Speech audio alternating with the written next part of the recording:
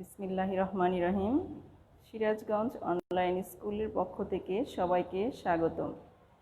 আমি রাজিয়া সুলতানা, প্রভাষক, হিসাব বিজ্ঞান বিভাগ, বেলকুচি সরকারি কলেজ, বেলকুচি, সিরাজগঞ্জ। প্রিয় শিক্ষার্থী বন্ধুরা, আশা করছি যে যেখানে আছো ভালো আছো, সুস্থ আছো, নিরাপদে আছো। গত ক্লাসে আমি তোমাদের সাথে হিসাব বিজ্ঞান দ্বিতীয় পত্র বিষয় থেকে একাদশ দ্বাদশ শ্রেণী হিসাব বিজ্ঞান দ্বিতীয় পত্র বিষয় থেকে প্রথম অধ্যায় অব্যবসায়ী প্রতিষ্ঠানের হিসাবের 2016 সালের দিনাজপুর বোর্ডের প্রশ্নটা সমাধান করার চেষ্টা করেছিলাম। আজকে আমি আরেকটা প্রশ্ন নিয়ে আসছি তোমাদের সম্মুখে। আশা করছি প্রশ্নটা সকলের কাছে আছে এবং সকলে খাতা কলম নিয়ে প্রস্তুত হয়েছে। রাজশাহী বোর্ড 2017 সাল রাজশাহী বোর্ডের প্রশ্নটা আজকে আমরা সলভ করার চেষ্টা করব। শুরুতেই প্রশ্নটা আমি একটু পড়ে দিচ্ছি, মনোযোগ সহকারে শুনে নাও বা সামনে বই থাকলে দেখে নাও। উজালা সংঘের 31 ডিসেম্বর 2016 তারিখে সমাপ্ত বছরের প্রাপ্তি ও প্রদান বিবরণী নিম্নরূপ। তো গত ক্লাসগুলো যে অঙ্ক প্রশ্নগুলো সমাধান করেছিলাম সেখানে প্রাপ্তি ও প্রদান হিসাব দেওয়া ছিল, আর আমরা জানি হিসাব হচ্ছে যার দুটি পার্শ্ব আছে, ডেবিট এবং ক্রেডিট, আর বিবরণী হচ্ছে লম্বালম্বি ছক বা উপর থেকে নিচের দিকে আসবে, এখানে পার্শ্ব নাই কোনো। তো এখানে প্রাপ্তি ও প্রদান হিসেবে বিবরণী আকারে দেওয়া আছে। শুরুতেই জের আছে নগদ 10,000, ব্যাংক জমা 15,000, অর্থাৎ নগদের প্রারম্ভিক ব্যালেন্স দেওয়া আছে 10,000, ব্যাংক জমার প্রারম্ভিক ব্যালেন্স দেওয়া আছে 15,000। এর সাথে যোগ করছে বিভিন্ন প্রাপ্তিসমূহ। এখানে চাঁদা দেওয়া আছে 40,000 টাকা, বৃত্তি তহবিলে প্রাপ্তি আছে 30,000 টাকা, উইলকৃত সম্পদ আছে 10,000 টাকা। এই টোটালি যোগ করলে মোট প্রাপ্তি আসে 80,000 টাকা। তাহলে প্রারম্ভিক নগদ এবং ব্যালেন্সের জের ছিল 25,000 আর 80,000 ছিল যোগ প্রাপ্তি। টোটালি প্রাপ্তি পাশে আসলো 1,05,000 টাকা। এবার বাদ প্রদানসমূহ। ছাপা খরচ দেওয়া আছে 9,000, বেতন আছে 20,000, মেরামত খরচ 6,000, বিলিয়ার্ড টেবিল ক্রয় আছে 20,000। এখানে একটা ব্র্যাকেট একটু খেয়াল করো, ব্র্যাকেটে একটা তারিখ দেওয়া আছে 1/10/2016। তো আমরা মূলত অঙ্ক করতেছি বা প্রশ্নটা আছে 31 ডিসেম্বর সমাপ্ত বছর, অর্থাৎ জানুয়ারি থেকে ডিসেম্বর, এক বছরের হিসাবকালটা আছে 1 বছর। কিন্তু এখানে দেখা গেল যে বিলিয়ার্ড টেবিল ক্রয় করা হয়েছে 1/10/2016 20,000 টাকার, অর্থাৎ বছরের শুরুতেও না মাঝামাঝি না, এটা মূলত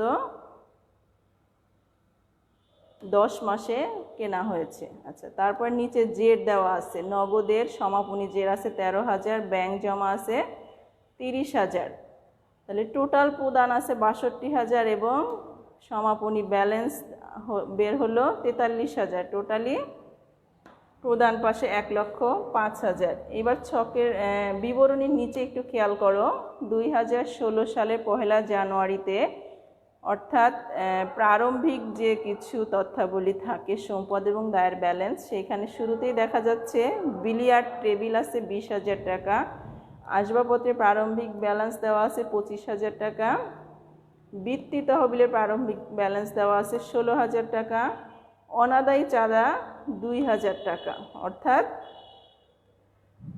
বিগত বছরের অনাদায়ী চাঁদা আছে 2,000, এটা বছরের শুরুতে ব্যালেন্স দেওয়া আছে।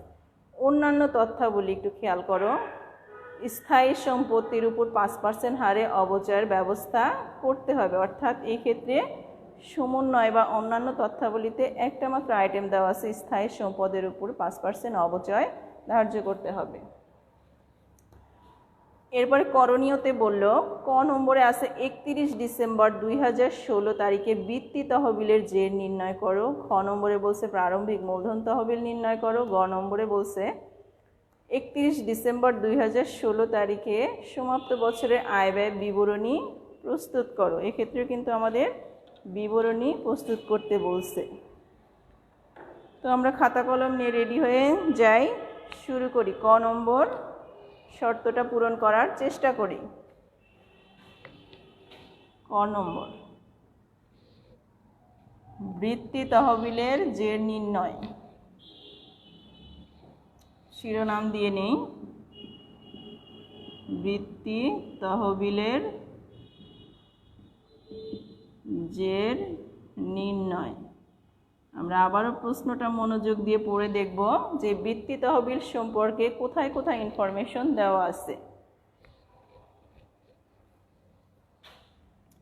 ছোট একটা ছক এর মধ্যে করতে পারি।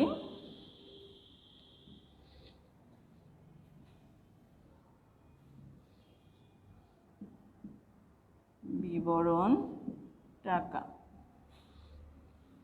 তাহলে আমাদের টোটাল অঙ্কটা যদি আবার একটু খেয়াল করি, প্রশ্নটা সেখানে দেওয়া আছে প্রারম্ভিক বৃত্তি তহবিলের একটা জের দেওয়া আছে 16,000 টাকা। এই যে প্রারম্ভিক যে ব্যালেন্স ছকের নিচে বা বিবরণের নিচে, তাহলে আমরা লিখতে পারি প্রারম্ভিক বৃত্তি তহবিল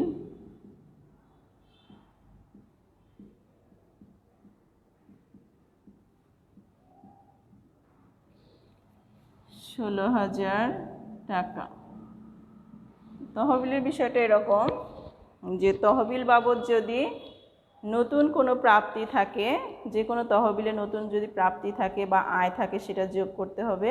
আর তহবিল বাবদ বা তহবিল থেকে যদি খরচ হয় বা কোনো ব্যয় হয় সেটাকে বাদ দিতে হবে। বাদ দিলেই আমাদের জের বা ব্যালেন্সটা বের হয়ে যাবে। তো এই ক্ষেত্রে আমরা একটু খেয়াল করি, আয় ব্যয় প্রাপ্তি প্রদান বিবরণীতে এই যে বৃত্তি তহবিলে প্রাপ্তি আছে 30,000 টাকা। তাহলে এটাকে যোগ করে দিই, যোগ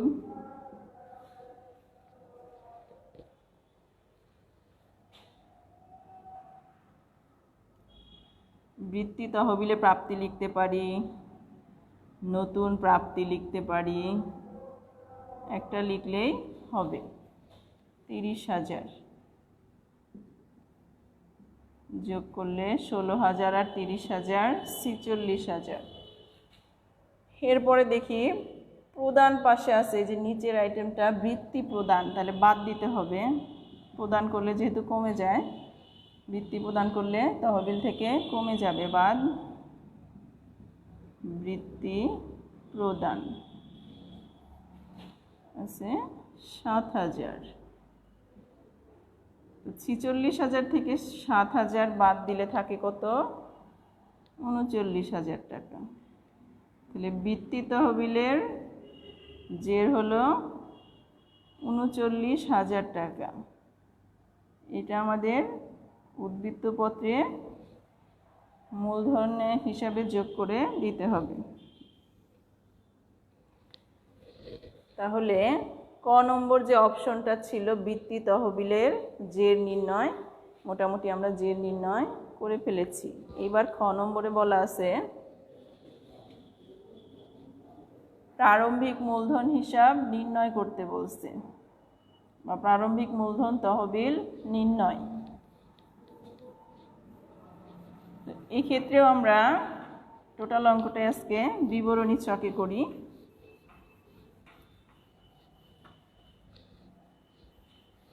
একটা কোম্পানির নাম দেওয়া ছিল শুরুতেই, উজালা সংঘ।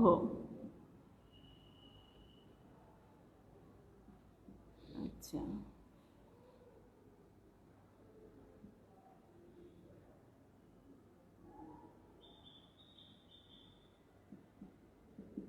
প্রারম্ভিক মূলধন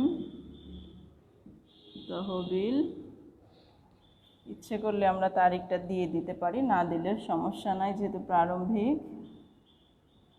জানুয়ারি 1, 2016। তারিখটা না দিলেও কিন্তু সমস্যা নাই, প্রারম্ভিক লেখাই আছে। এক্ষেত্রে আমরা একটা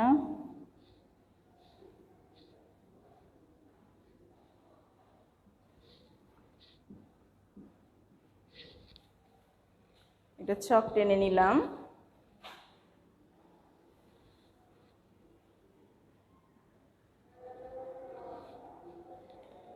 আমরা জানি প্রারম্ভিক মূলধন তহবিল নির্ণয়ের একটা সূত্র আছে যে প্রারম্ভিক সম্পদ থেকে প্রারম্ভিক দায়গুলো বাদ দিলে প্রারম্ভিক মূলধন পাওয়া যায় বা বের হয়ে যায়। প্রশ্নটা আমরা আবার একটু ভালোভাবে পড়ে খেয়াল করব যে প্রশ্নে কি কি প্রারম্ভিক সম্পদ দেওয়া আছে। প্রারম্ভিক সম্পদ একটা শিরোনাম দিয়ে নেই, সমূহ। শুরুতে প্রাপ্তি প্রদান বিবরণীতে কিছু নগদ এবং ব্যাংকের প্রারম্ভিক জের দেওয়া আছে। লিখি নগদ দেওয়া আছে 10,000 টাকা, নগদের প্রারম্ভিক জের আছে 10,000, ব্যাংক জমা আছে 15,000।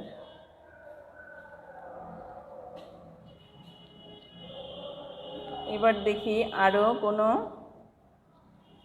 কারেন্ট অ্যাসেট বা তরল সম্পদ দেওয়া আছে কিনা, সরি চলতি সম্পদ আর কিছু দেওয়া আছে কিনা। এই যে প্রারম্ভিক যে তথ্যাবলী দেওয়া আছে এখানে লাস্টের আইটেমটা দেওয়া আছে অনাদায়ী চাঁদা 2,000 টাকা। তার মানে বিগত বছরের অনাদায়ী চাঁদা এই বছরের শুরুতে অনাদায়ী, তার মানে হলো চলতি সম্পদ। লিখি অনাদায়ী চাঁদা 2,000। আরও কিছু প্রারম্ভিক সম্পদ দেওয়া ছিল বিলিয়ার্ড টেবিল, বিলিয়ার্ড টেবিল 20,000, আসবাবপত্র ছিল 25,000, 25,000। আচ্ছা, মোটামুটি সম্পদ এই কয়েকটাই ছিল। এবার সম্পদগুলোকে একটু যোগ করব। 10,000 একটু ক্যালকুলেটরে যোগ করে নাও। 10,000 যোগ 15,000 যোগ 2,000 যোগ 20,000 যোগ 25,000, টোটালি যোগ করলে আসে 45, 50, 60, 70, 72,000। মোট সম্পদ প্রারম্ভিক সম্পদ আসে 72,000। এর থেকে প্রারম্ভিক দায়গুলো বা প্রারম্ভিক যদি কোনো তহবিল থাকে সেগুলোকে বাদ দিতে হবে। বাদ প্রারম্ভিক দায়সমূহ। এই ক্ষেত্রে আমরা দেখতে পাচ্ছি যে সরাসরি দায়ের কোনো আইটেম নাই, কিন্তু একটা প্রারম্ভিক তহবিল বা বৃত্তি তহবিল দেওয়া আছে 16,000 প্রারম্ভিক তথ্যে। তাহলে লিখি বৃত্তি তহবিল 16,000, একটা আইটেমই ছিল। তাহলে 72,000 থেকে 16,000 মাইনাস করলে কত থাকবে? 66,000 সম্ভবত, সরি 56,000, 56,000। এই 56,000 টাকাই মূলত প্রারম্ভিক মূলধন তহবিল।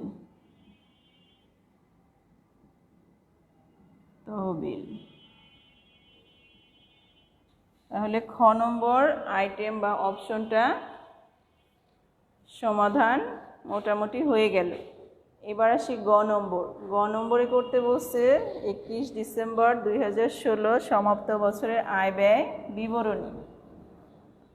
যেহেতু বিবরণী করতে বলছে আমরা বিবরণী ছকেই করে দিই।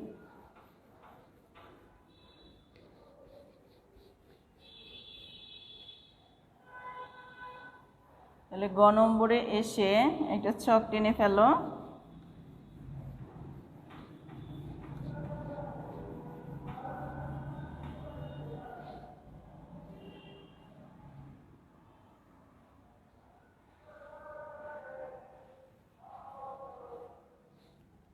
উপরের নাম দাও, প্রতিষ্ঠানের নাম দাও উজালা সংঘ,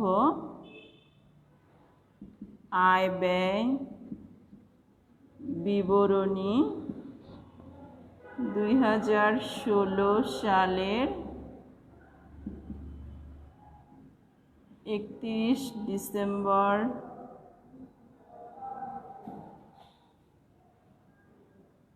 তারিখে সমাপ্ত বছরের জন্য।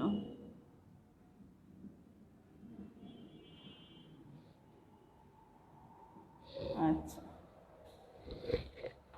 তো যেহেতু বিবরণী আকারে আমরা আয় ব্যয় বিবরণী তৈরি করব, সেক্ষেত্রে শুরুতে আয়সমূহ লিপিবদ্ধ করব, তার নিচ থেকে ব্যয়সমূহগুলো বাদ দিয়ে দিব। ব্যয়গুলোকে একটু শিরোনাম দিয়ে নেই, আয়সমূহ।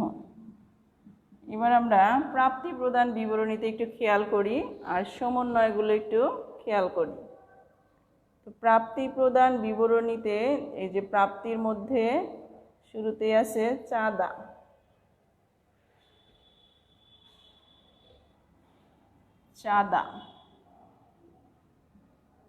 চাঁদা দেওয়া আছে 40,000 টাকা। এখন সমন্বয়ে চাঁদা সম্পর্কে কিছু অন্যান্য তথ্যাবলী বা সমন্বয়ে চাঁদা সম্পর্কে কিছু বলা নাই, তবে প্রারম্ভিক যে তথ্যাবলী দেওয়া ছিল তার মধ্যে 2,000 টাকার অনাদায়ী চাঁদা দেওয়া ছিল, কিন্তু সমন্বয়ে কিন্তু কোনো নির্দেশনা দেয়নি যে অনাদায়ী চাঁদাটা এখন পর্যন্ত অনাদায়ী আছে কিনা বা এখনো পাওয়া যায়নি, এরকম কোনো নির্দেশনা দেওয়া হয়নি। তাহলে আমাদের ধরে নিতে হবে বছরের শুরুতে যে 2,000 টাকার অনাদায়ী চাঁদা ছিল সেটা এই বছরে এসে আদায় হয়েছে।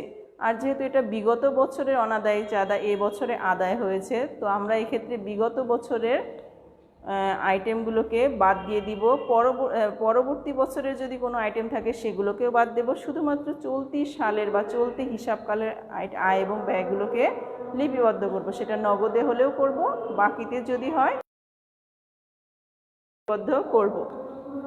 তো যেহেতু চাঁদাটা বিগত বছরের ধরে নিতে হবে এবছরে এসে আদায় হয়েছে, তাহলে এই 40,000-এর মধ্যে যেহেতু আছে আমাদের বাদ দিয়ে দিতে হবে এবং এক্ষেত্রে একটা টিকা দিয়ে দিতে হবে অঙ্কের শেষে, যে নির্দেশনা যেহেতু দেওয়া নাই ধরে নিলাম চাঁদাটা এই 2,000 অনাদায়ী চাঁদা এই 40,000-এর মধ্যে অন্তর্ভুক্ত আছে। লিখি অনাদায়ী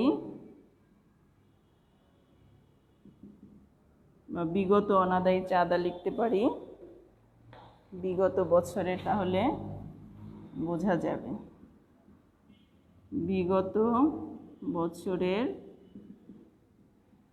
অনাদায়ী চাঁদা 2,000।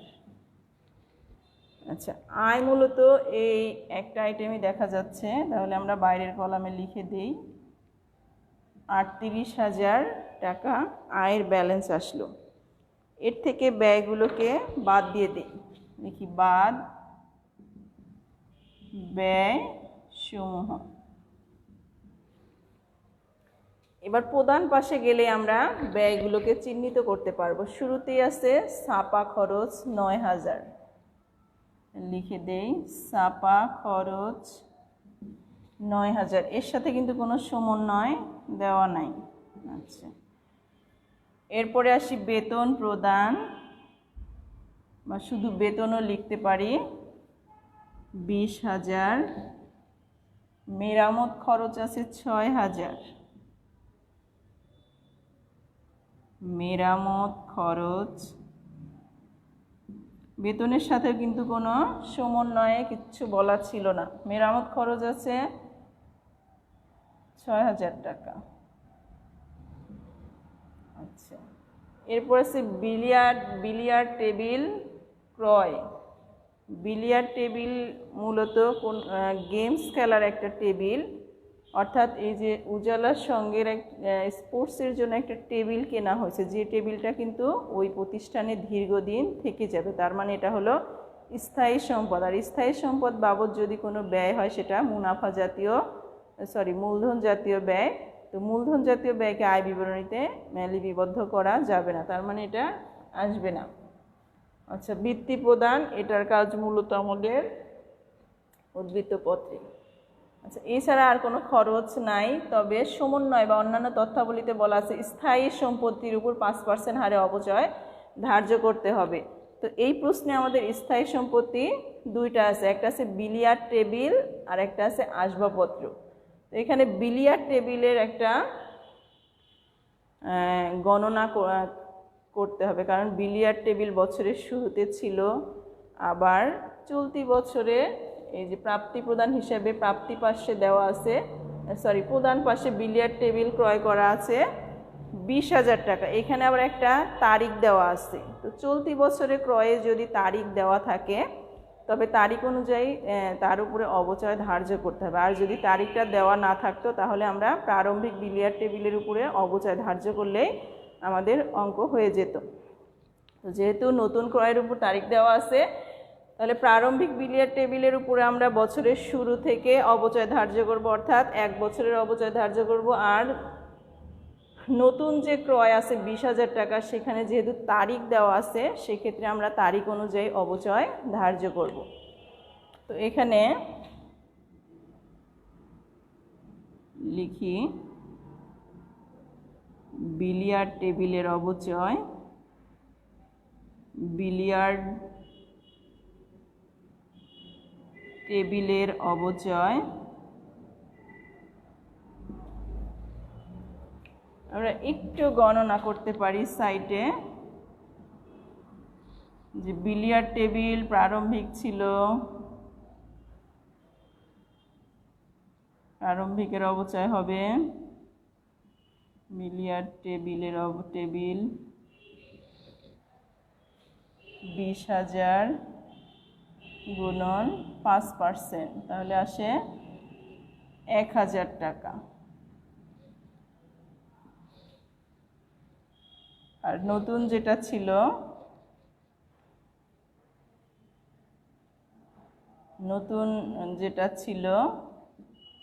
এটাও ছিল 20,000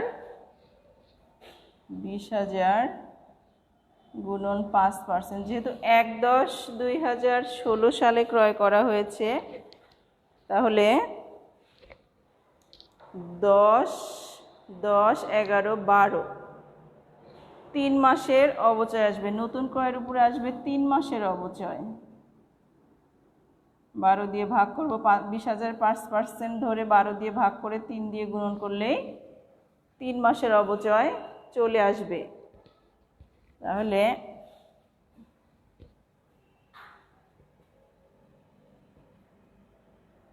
তাহলে 20,000 টাকার 5% কত আসে?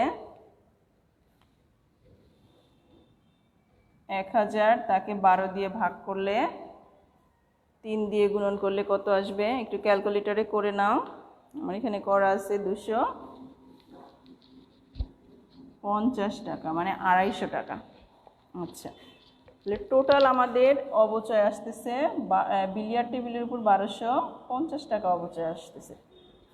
আমরা সরাসরি এখন লিখে দিই বিলিয়ার্ড টেবিলের অবচয় 1250। আরও একটা ছিল আসবাবপত্রের অবচয়।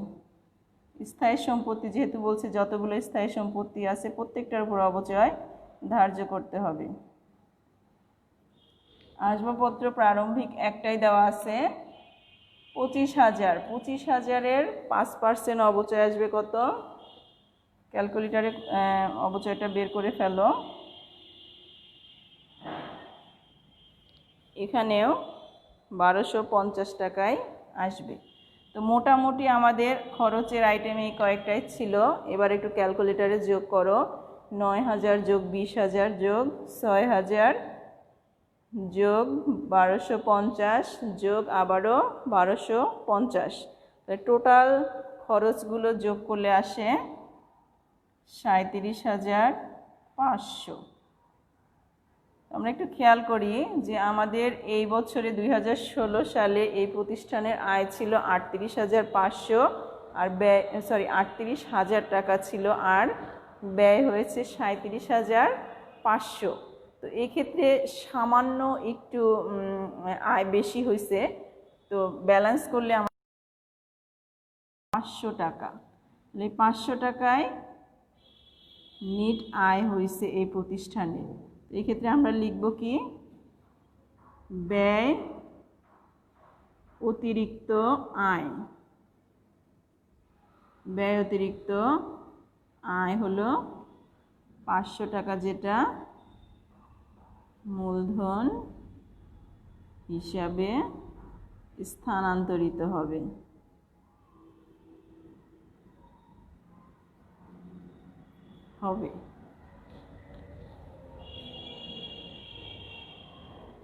প্রিয় শিক্ষার্থীরা, এই ছিল আমাদের আজকের 2017 সালের রাজশাহী বোর্ডের যে প্রশ্নটা দেওয়া ছিল অব্যবসায়ী প্রতিষ্ঠানে, তার সমাধানটা মোটামুটি করে দেওয়ার চেষ্টা করলাম। তো তোমরা বাসায় নিজেরা বেশি বেশি প্র্যাকটিস করবে। আর এই চ্যাপ্টার নিয়ে এর আগে বেশ কয়েকটা ক্লাস মোটামুটি হয়ে গেছে। তো সামনের ক্লাসে আমরা নতুন কোনো অধ্যায় নিয়ে আলোচনা করার চেষ্টা করব। সে পর্যন্ত সকলেই ভালো থাকো, সুস্থ থাকো, নিরাপদে থাকো। ধন্যবাদ।